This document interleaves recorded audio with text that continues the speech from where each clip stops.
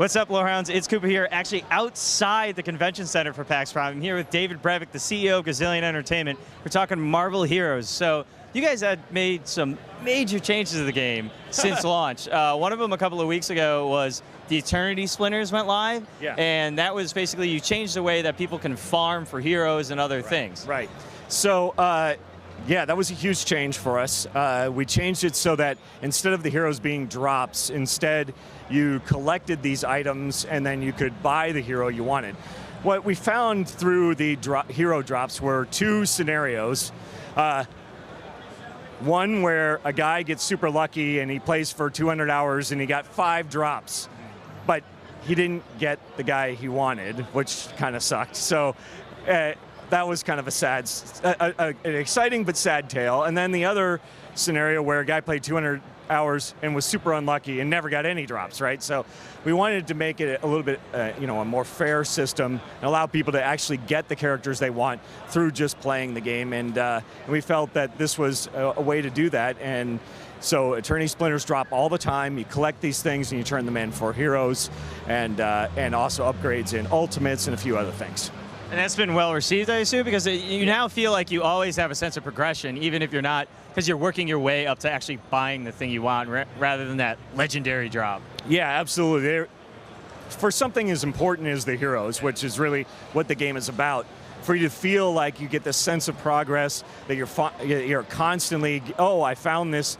It's really exciting when one drops, and they drop every, about every 5 to 10 minutes or something, and you get one, and so it's exciting to see this thing drop all the time, feel like you're making progress towards a bigger goal.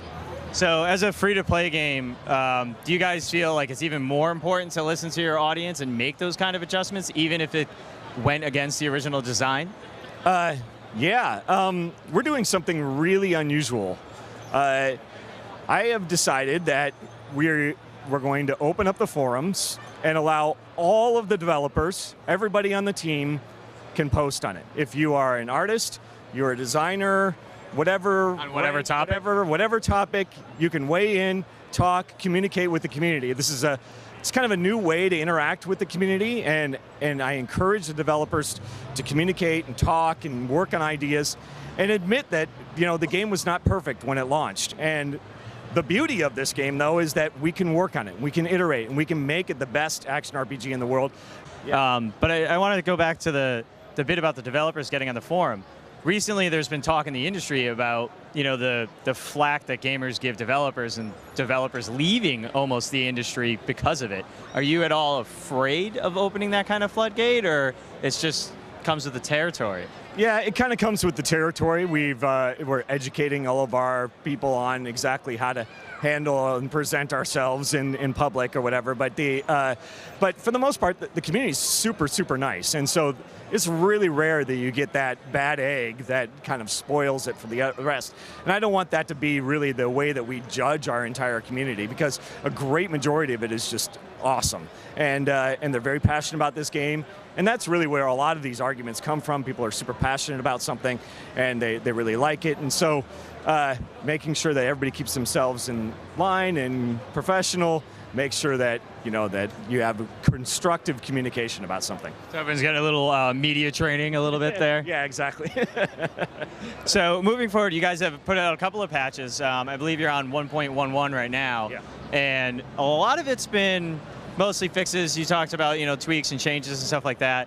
1.11 actually introduces some new content, but now 1.2 is like the big daddy coming out. That's like your first monster content patch. Yeah, it was probably a little bigger than we probably should have made it. It's actually been taking a little bit longer than we anticipated, unfortunately, but it required pretty much a rebalance of the entire game, because the number one thing that we're fixing is the defense system, which has been a complaint for a while now. And so going in and making defense percentage-based instead of point-based was something that we really wanted to address. But that meant that we had to touch every monster's health, every monster's attack, every item in the game, everything had to be rebalanced. And that is a monumental task. So that's really one of the big features of this, but there are a lot of other things. We have Emma Frost, new character. She's really cool. She has three really unique distinct trees. We also have a new starting zone in the game in which you fight Black Cat, and it is much more of kind of an open mission area with multiplayer. So you start the game out in multiplayer, which is very different than before.